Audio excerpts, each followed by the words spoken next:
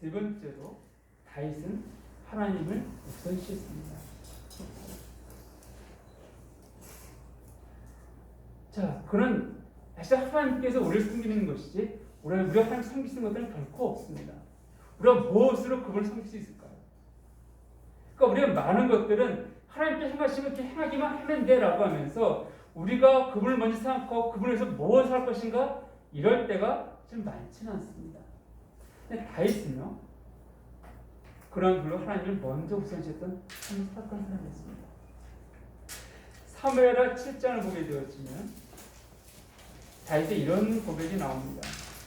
사무엘하 7장 2절을 보게 되었지만 왕이 선지자 나단에게 이르되 볼지어다 나는 백향목 중에 살고는 하나님의 길에는 흑암 가운데 있도다.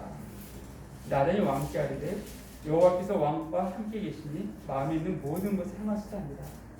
이게 무슨 말인가 하면요 지금 다윗이 어떤 싸움에 안정되고 난 다음에 생각이 되어졌습니다.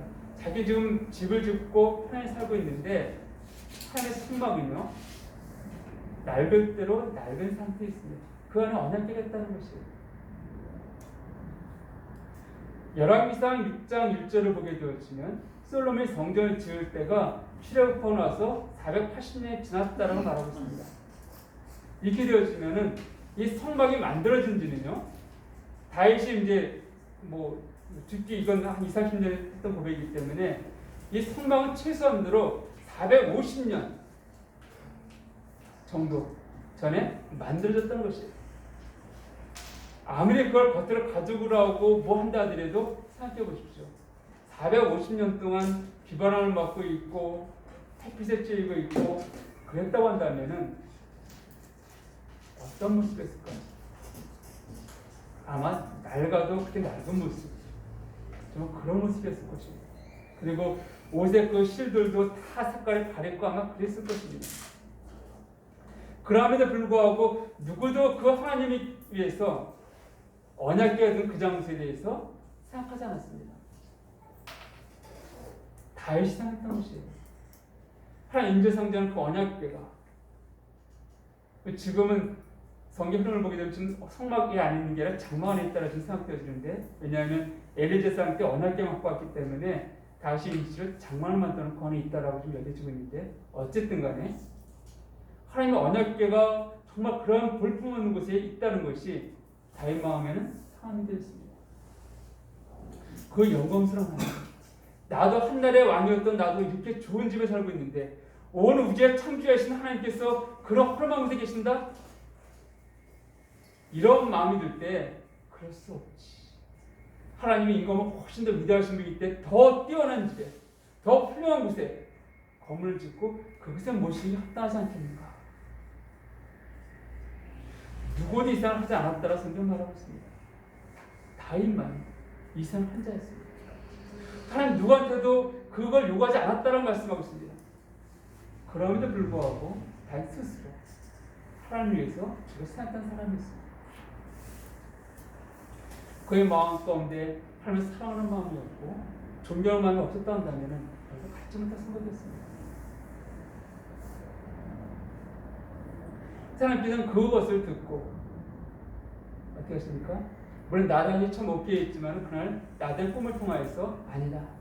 다윗이 아니라 그의 아들 솔로몬에게 일을 줄 것이다. 그러나 이런 생각이 있으니까 내가 어떻게 할 거냐면 사무엘하 7장 9절을 보게 되었지만 네가 가는 모든 곳에서 내가 너와 함께 있어 네 모든 원수를 네 앞에서 멸하였은지요 땅에서 위대한 자들의 이름 같이 네 이름을 위대하게 만들어주리라. 너를 위대하게 만들어주겠다 말씀하십니다. 11절에 보게 되었지만 하반절입니다. 여호와가 또 네게 이르노니 여호와가 너를 위하여 집을 짓고 여호와가 집을 짓겠다는 것이에요.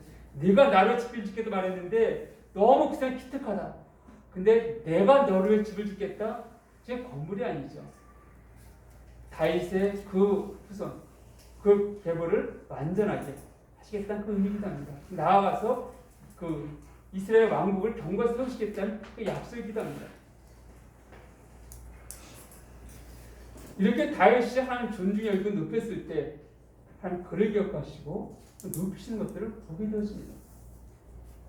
여러분, 하나님 이스라엘 백성을 미워하시고 정말 그들의 악함에 대해서 책망하심에도 불구하고 왜 그들을 멸하지 않으십니까? 물론 약속하신 것이 있습니다. 그러니까 그럼에도 불구하고 이들은 참 순간순간마다 우리가 그럴 때가 있죠. 뭐 저는 자식이 많지 않기 때문에 그렇게 하겠지만은 참 평생 미워한 짓 하다가도 항상 예쁜 짓 할 때가 있습니다. 걔 사랑스러울 때 그 모습이요. 그래서 평생 미운 짓 하다가 다 잊어버리고 사랑하는 마음을 갖고 대할 때가 있습니다. 이스라엘 백성이 그런 모습이에요. 역대상 29장을 보게 되었으면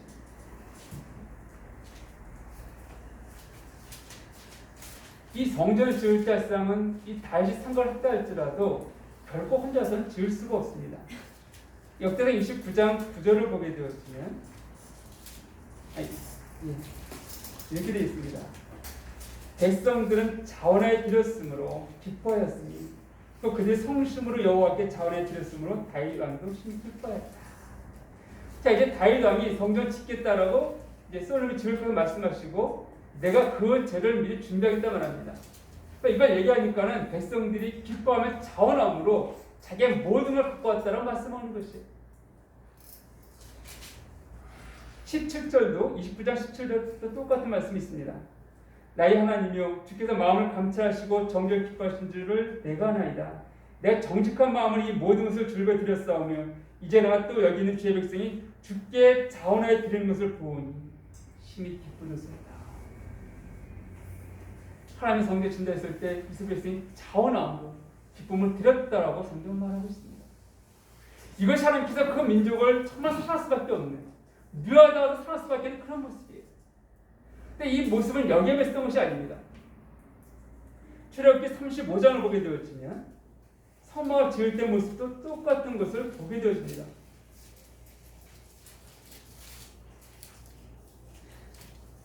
근데 35장 이 성막을 지을 때 35장 21절을 보게 되어지면 마음이 감동된 모든 자와 자원하는 모든 자가 와서 회막을 짓기 위하여 그 속에 쓸 모든 것을 위하여 거룩한 옷을 위하여 예물을 가져다가 여호와께 드렸으니 곧 마음에 오는 남녀가 와서 팔찌와 귀고리와 가락지와 목걸이 여러 가지 금품을 가져다가 사람마다 여호와께 그 예물을 드렸다라고 말씀하고 있습니다. 그런데요, 이 앞에 32장을 보게 되었으면 이스라엘 백성들이 하나님께 범죄했습니다. 무슨 일 만들었습니까? 금송아지를 만들었습니다. 하나님 크게 진노하신 장면이 언급되어 있어요. 하나님 큰 징계를 받고 난 다음에 하나님께서 성령을 말씀하실 때 그들이 난 뭐 내가 청문받았으니까 나 이제 뭐 그냥 하나님 나를 미워하시겠지 이러지 않았습니다.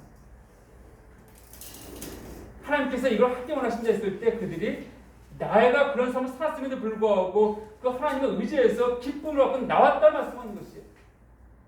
우리가 살다가 넘어질 때가 있습니다. 죄를 지을 때가 있다는 것이에요. 그러니까 난 죄를 지었으니까 하나님 잊지 않으시, 난 버리실 거야?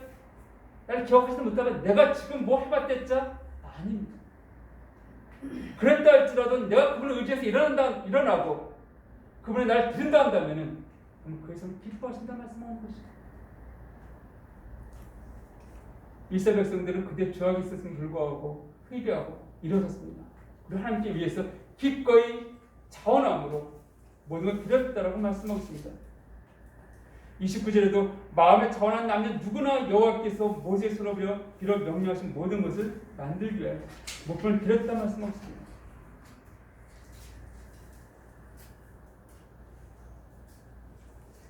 지금 성막이나 성전, 솔로몬 성전은 일단 없습니다. 그러나 이제 성전이 있습니다. 성전이 있습니다. 하나님의 성막이, 솔로몬의 성전이 자원한 자들에서 그것이 만들어지고 세워진 것들처럼 이 시대 가운데 하나님의 성전은 자원한 자들에서 세워질 것들을 성경 보여주고 있습니다. 모세가 아무리 위대하다 할지라도 모세 혼자서 성막을 만들 수 없습니다. 세울 수가 없었다는 것이에요. 다윗이 아무리 위대한 왕이라 할지라도 솔로몬이 아무리 훌륭한 왕이라 할지라도 결국 다윗이나 솔로몬 한 명에 의해서 성전을 지을 수 없습니다. 자원하는 백성들이 함께 있었기 때문입니다. 이 시대 하나님 성전도 마찬가지라는 것이에요. 한 성전이 무엇입니까? 하나님 몸된 교회입니다. 하나님 몸된 교회. 물론 우리 각자가 성전이기도 하겠지만 그건 몸된 교회가 하나님 성전입니다. 이 하나님의 성전은 예수 그리스도가 교회 머리심에도 불구하고 그분 혼자서 결코 세워놓을 수 없는 것임을 오늘 알아야 합니다. 그건 누가 필요합니까? 자원한 백성이 필요한 것이죠. 자원한 심령들이 그 머리 대신 그리스도의 순종함으로 나를 기를 때 하나님 몸된 교회, 하나님 성전은 세워져 나가는 것입니다. 그렇기 때문에 사도 바울은 골로새서 1장 29절에 이렇게 고백하고 있습니다. 골로새 1장 24절을 보게 되어지면 나는 이제 너희를 위하여 받는 괴로움을 기뻐하고 그리스도의 남은 고난을 그의 몸된 교회를 위하여 내 육체에 채우노라. 사도 바울은 왜 위대한 사도 인정받고 있습니까? 우리가 왜 그를 존경하고 있습니까? 그는 자기 자원함으로 스스로 자신을 하나님 성전 짓는데 내기 때문입니다. 헌신했기 때문입니다. 하나님 이 시간도 우리 그걸 원하고 있습니다. 이게 우리가 우리 자원함으로 하나님 교회를 섬길 때, 세워나갈 때 결국 그를 가볍게 하지 않냐 싶습니다.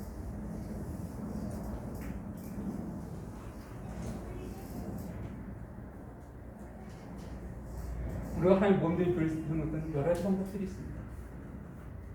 교회를 매 기도하는 것 포함해서 정말 서로 돌아보고 또 몰결 힘쓰고 또 하는 것들이 있어요. 항상 우리가 하나님 교회를 우선시하면서 기쁨 나를 즐겨오려고 한다면 그를 통해서 이 강성 마법교회도 나가실 것입니다. 정리하겠습니다. 10편 112편 1절 이하에 보게 되어지면 하나님 이렇게 말씀해 주십니다. 112편 1절 이하에 할렐루야 여호와를 경외하며 그의 계명을 크게 즐거워하는 자는 복이 있도다. 그의 후손이 땅에서 강성하며 정직한 자들의 후손에게 복이 있으리로다. 부와 재물이 그의 집에 있으며 그의 공의가 영원히 서 있으리로다. 하나님 경외하는 자, 다시 말씀드리면 하나님 존중 여기는 자들 하나님 이렇게 말씀하십니다. 그게 복이 있다 말씀하십니다. 후손의 땅에서 강성하고 부와 재물이 그의 집에 있을 것이라고 말씀하고 있습니다.